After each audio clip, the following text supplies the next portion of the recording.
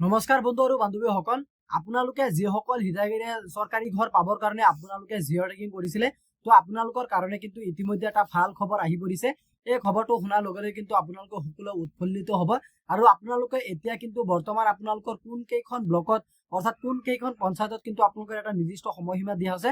মানে লাহে লাহে কিন্তু আপোনালোকৰ বস্তুটো লোডিং হৈ আছে আৰু দিনক দিনে কিন্তু আপোনালোকৰ এইটো গাঁওখন বাঢ়ি যাব বা ব্লকখন আপোনালোকৰ বাঢ়ি যাব। আৰু বৰ্তমান যিবোৰ মানে ব্লকত বা বৰ্তমান যিবোৰ গাঁৱত কিন্তু আপোনালোকৰ মানে লিষ্টখন ওলাইছে, অকল গাঁৱৰ লিষ্টখন ওলাইছে, সেইকেইখন গাঁৱে বা সেই 3-4টা মান বা 5টা মান ব্লকে কিন্তু আপোনালোকে পোনপ্ৰথমতে জিঅ' টেগ ঘৰখন লাভ কৰিবলৈ সক্ষম হ'ব।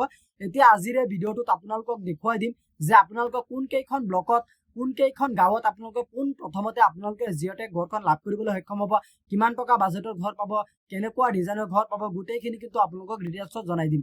গতিকে আপোনালোকে ভিডিঅ'টো সম্পূৰ্ণ প্ৰথমৰ পৰা শেষলৈ চাব। আহক আমি ভিডিঅ'টো আৰম্ভ কৰোঁ। কোন কেইখন ব্লকত পোনপ্ৰথমতে আপোনালোকে জিঅ' টেগ ঘৰখন লাভ কৰিবলৈ সক্ষম হ'ব, অৰ্থাৎ জিঅ' টেগ ঘৰখন কোন ব্লকত আপোনালোকে প্ৰথমতে লাভ কৰিব পাৰিব, সেইটো আপোনালোকে চেক কৰাৰ কাৰণে কিন্তু ডাইৰেক্টলি আপোনালোকৰ এইটো পেজলৈ আহিব পাৰিব। আৰু এইটো পেজলৈ কিন্তু আপোনালোকে চাব, এইটো ভিডিঅ'ৰ ডেছক্ৰিপশ্যনত এটা লিংক দিয়া হৈ আছে, সেই লিংকত ক্লিক কৰি কিন্তু ডাইৰেক্টলি আপোনালোকে এইটো পেজলৈ আহিব পাৰিব। এইটো পেজলৈ অহাৰ লগে লগে আপোনালোকে ইয়াত বহুতখিনি অপশ্যন পাই যাব, চৰকাৰী জিঅ' টেগ ঘৰৰ বা PMOG অৰ্থাৎ প্ৰধানমন্ত্ৰী আৱাস যোজনা গ্ৰামীণৰ তৰফৰ পৰা যিকোনো কাম কিন্তু আপোনালোকে ইয়াতেই মানে সকলো কামৰ ডিটেইলছটো আপোনালোকে ইয়াতেই চেক কৰিব পাৰিব। তো প্ৰথমতে আমি ইয়াত চাব ABCD আখৰে বহুতখিনি অপশ্যন দিয়া হৈ আছে, আপোনালোকৰ A, তাৰপিছত আপোনালোকৰ B, এনেকৈ বহুতখিনি আপোনালোকৰ অপশ্যনখিনি দিয়া হৈ আছে। গতিকে আমি A নম্বৰৰ 5 নম্বৰত আমি চিলেক্ট কৰিম। A নম্বৰ আছে আপোনালোকৰ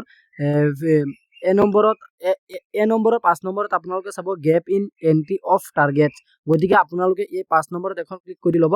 যেতিয়া নেকি আপোনালোকে 5 নম্বৰত এটা ক্লিক কৰিব, তাৰ পাছতে কিন্তু আপোনালোকৰ যিটো ৱেবছাইট আছে, সেই ৱেবছাইটখন কিন্তু আপোনালোকৰ লোডিং কৰা হ'ব। লোডিং কৰাৰ পাছতে কিন্তু আপোনালোকৰ প্ৰথমতে ইয়াতে আপোনালোকৰ চিলেক্ট কৰা থাকিব 2026 আৰু 27টো আপোনালোকে চিলেক্ট কৰা থাকিব। তাৰপিছত আপোনালোকৰ 2 নম্বৰটো চিলেক্ট কৰা থাকিব, স্কিমৰ নামটো। তাৰপিছত আপোনালোকে আছামটো চিলেক্ট কৰি ল'ব। আছামটো চিলেক্ট কৰাৰ পাছতে কিন্তু আপোনালোকৰ ৱেবছাইটটো আকৌ লোডিং হ'ব। লোডিং হোৱাৰ পাছত আপোনালোকে ডিষ্ট্ৰিক্টখন চিলেক্ট কৰিব লাগিব। গতিকে মই যোৰহাট ডিষ্ট্ৰিক্টখন চিলেক্ট কৰি লৈছোঁ। আপোনালোকে আপোনালোকৰ নিজৰ ডিষ্ট্ৰিক্টখন আপোনালোকে চিলেক্ট কৰি ল'ব। তাৰ পাছতে কিন্তু আপোনালোকৰ যিটো ব্লক আছে, ব্লকখন আপোনালোকে চিলেক্ট কৰি ল'ব। গতিকে মই আপোনালোকক ইষ্ট টিয়কটো আমি চিলেক্ট কৰি লৈছোঁ। সেইটো চিলেক্ট কৰাৰ পাছতে কিন্তু আপোনালোকে তলফালে স্ক্ৰল ডাউন কৰিব। ইয়াত আপোনালোকে চাব ছাবমিট বুলি লিখা আছে, আপোনালোকে চিম্পলি ছাবমিটত এখন ক্লিক কৰিব।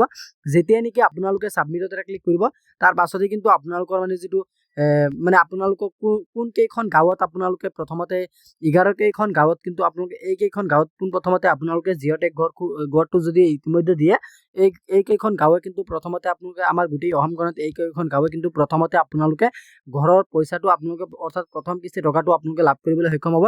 ইয়াতে আপোনালোকে চাব পাৰিব পঞ্চায়তৰ নামটো দিয়া হৈ আছে আৰু ইয়াত দিয়া হৈছে target A to be entered। গতিকে 11খন গাঁৱে আপোনালোকে প্ৰথমতে ইয়াত লাভ কৰিব পাৰিব আৰু সেইটো যোৰহাট ডিষ্ট্ৰিক্ট হয়। তাৰপিছত কিন্তু আপোনালোকে ইয়াত চাব পাৰিব যে আপোনালোকৰ টাৰ্গেট হেজ বিন এণ্টাৰ্ড, মানে কিমান টাৰ্গেট মানে কিমানজন মানে আপোনালোকৰ কমপ্লিট হৈছে। এতিয়ালৈকে কিন্তু এখন টাৰ্গেটো কমপ্লিট হোৱা নাই। গতিকে আপোনালোকে সোনকালে কিন্তু আপোনালোকে এই ঘৰখন লাভ কৰিবলৈ সক্ষম হ'ব।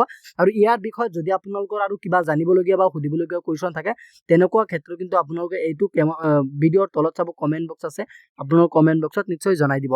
গতিকে আজি ইমানখিনি আছিলে আপোনালোকক দিবলগীয়া ইনফৰমেশ্যন।